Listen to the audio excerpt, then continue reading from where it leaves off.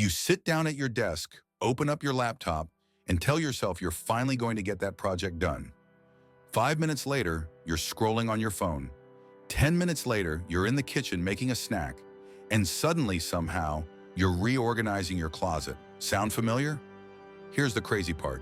You're not alone. Studies show that over 80% of people procrastinate on a regular basis. That means almost everyone is fighting the same invisible battle with themselves. But why? If we know something is important, if we know it's going to help us in the long run, why do we keep pushing it off until the very last minute? The answer is not laziness. In fact, procrastination has nothing to do with being lazy. Your brain is literally wired to trick you into doing something easier, something more instantly rewarding, instead of facing the thing that matters most. And here's the good news. Once you understand why your brain does this, you can actually stop it. By the end of this video, you're going to see procrastination in a completely new light. You'll know exactly why it happens and, more importantly, how to take back control and finally get things done. So if you've ever beaten yourself up for wasting hours or felt guilty for not starting sooner, stick around. Because what you're about to learn could change the way you work, the way you think, and maybe even the way you see yourself. So let's break it down. Why do we actually procrastinate? Think of it like this. You've got two versions of yourself living in your head. One is your present self, the part of you that wants comfort, fun, and quick rewards. The other is your future self, the one who dreams big, sets goals, and wants to build the life you imagine. Here's the problem. When you're faced with a choice, say studying for an exam or watching just one more episode, your brain almost always sides with your present self. Why? Because your present self gets the reward instantly. Watching that episode feels good right now. Studying? That only pays off weeks, maybe months down the road. Scientists call this time inconsistency. It's the reason we plan ambitious goals, then abandon them the second they feel uncomfortable. Your brain is designed to avoid pain and chase pleasure, even if it sabotages you in the long run. And here's where it gets interesting. Procrastination isn't really about being lazy. It's about avoiding discomfort. That discomfort could be stress, boredom, fear of failure, even perfectionism. So when a task feels overwhelming or unpleasant, your brain hits the eject button and looks for an escape. That escape could be scrolling, gaming, cleaning, anything that gives you a quick hit of relief. But every time you do that, you reinforce the cycle. Your brain learns, oh, avoiding this task feels better than facing it, and the habit grows stronger. That's why procrastination can feel almost impossible to break. So the truth is, procrastination is not a character flaw. It's a coping mechanism. It's your brain's way of protecting you from something it thinks is painful. But here's the twist. Once you learn to recognize this pattern, you can actually rewire it. And that's where things get powerful. Now let's talk about what procrastination actually costs us, because it's not just about wasted time. At first, delaying a task feels harmless. You think, I'll just do it later. But as that deadline creeps closer, the pressure builds. Stress starts to take over, and suddenly you're rushing, panicking, and staying up late just to finish something you could have handled days ago. And it doesn't stop there. Procrastination chips away at your confidence. Every time you push something off, a little voice in your head whispers, see? You can't stick to things. You're not disciplined enough. Over time, that self-doubt grows, making it even harder to start the next task. There's also the opportunity cost, the things you never even get the chance to do. That project you kept delaying could have opened a door. That skill you never practiced could have turned into a passion. The time you lost, you don't get it back. Here's the painful part. Procrastination doesn't just waste hours. It steals energy, peace of mind, and sometimes even your dreams. Because while you're stuck in the loop of, I'll do it tomorrow, tomorrow keeps slipping further and further away. But here's the flip side. If procrastination can quietly eat away at your time and confidence, imagine what happens when you break free from it. Less stress, more focus, and the satisfaction of actually finishing what you start. That's why it's so important to stop seeing procrastination as just a bad habit. It's a barrier that stands between you and the life you actually want to live. And the good news is, it's not permanent. You can beat it. And in the next part, I'll show you exactly how.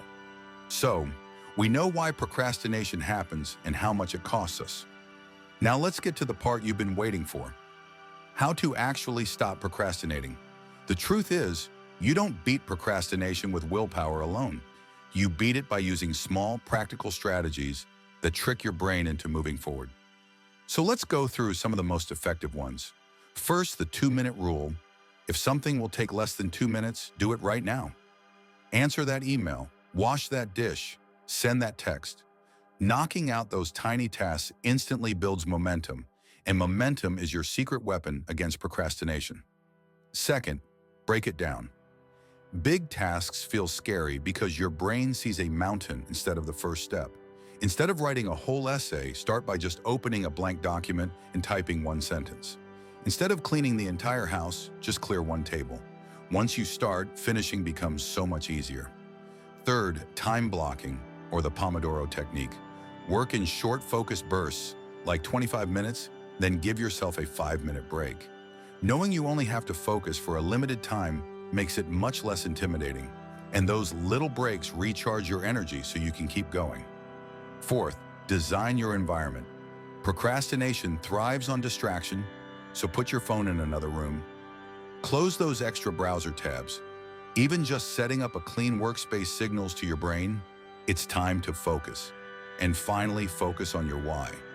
Ask yourself, why does this task matter? Maybe it's not about writing a paper, it's about graduating. Maybe it's not about sending a proposal, it's about landing the opportunity you've been waiting for. When you connect the task to something meaningful, your motivation gets a serious boost. The best part is, you don't have to use all these strategies at once. Even if you just try one of them today, you'll start to feel the difference. And the more you practice, the easier it gets.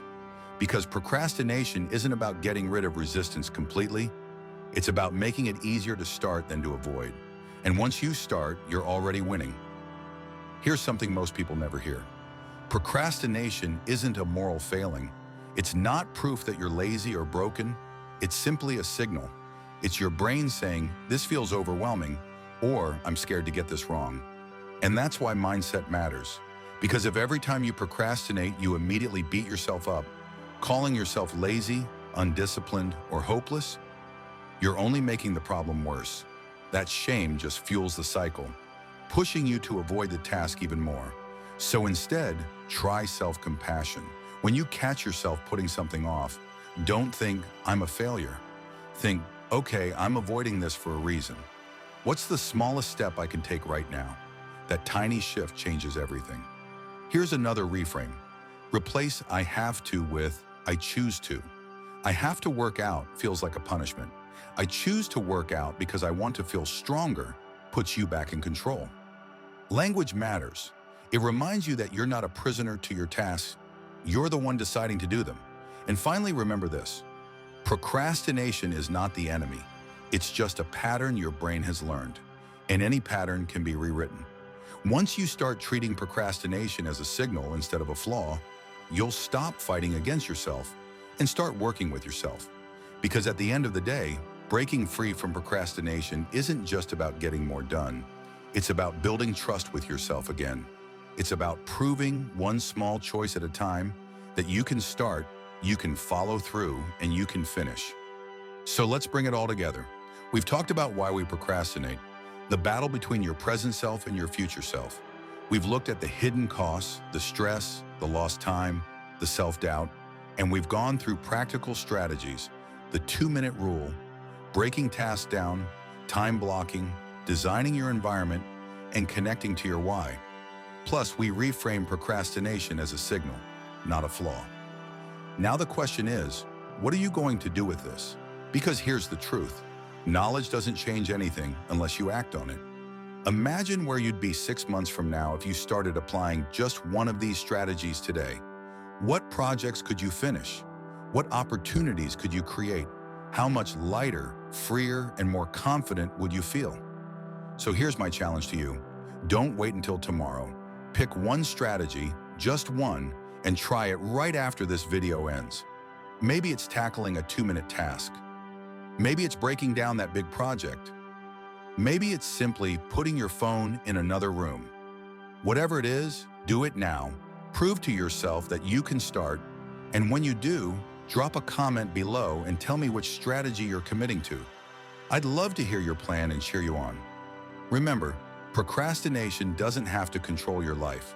You can break the cycle, you can take back your time, and it all starts with the choice you make right now. If you found this video helpful, make sure to hit subscribe for more insights on psychology, productivity, and building better habits.